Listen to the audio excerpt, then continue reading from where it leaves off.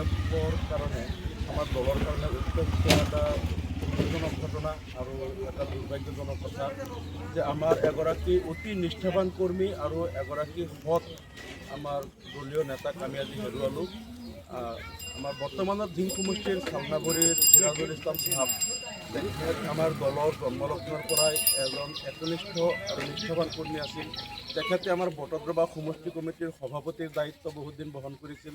তাৰপিছত নগাঁও জিলা কমিটিৰ উপসভাপতি আছিল। বৰ্তমান আমাৰ দলৰ কেন্দ্ৰীয় কমিটিৰ যুটীয়া সম্পাদক হিচাপে তেখেতে কাৰ্যনিৰ্বাহ কৰি আছে।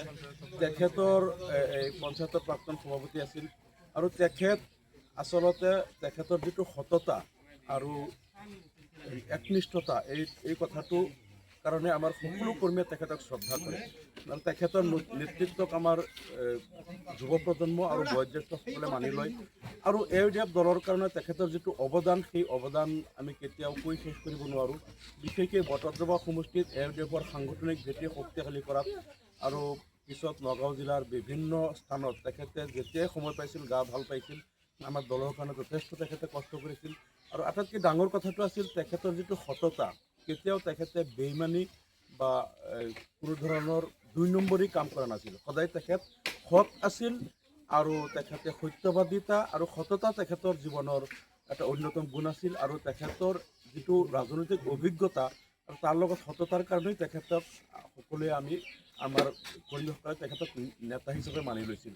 গতিকে তেখেত আজি প্ৰায় ৮০ বছৰ বয়সত আমাৰ মাজৰ পৰা বিদায় ল'লে।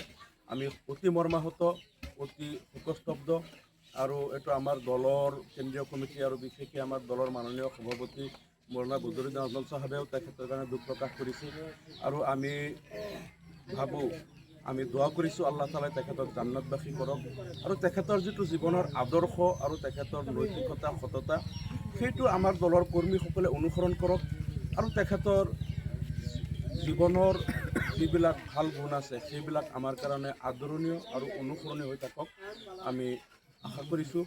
আৰু লগতে তেখেতৰ পৰিয়ালবৰ্গৰ লগতে শোক সন্তপ্ত পৰিয়ালবৰ্গৰ লগতে তেখেতৰ অগণন গুণমুগ্ধক আমি গভীৰ সমবেদনা জ্ঞাপন কৰিছোঁ।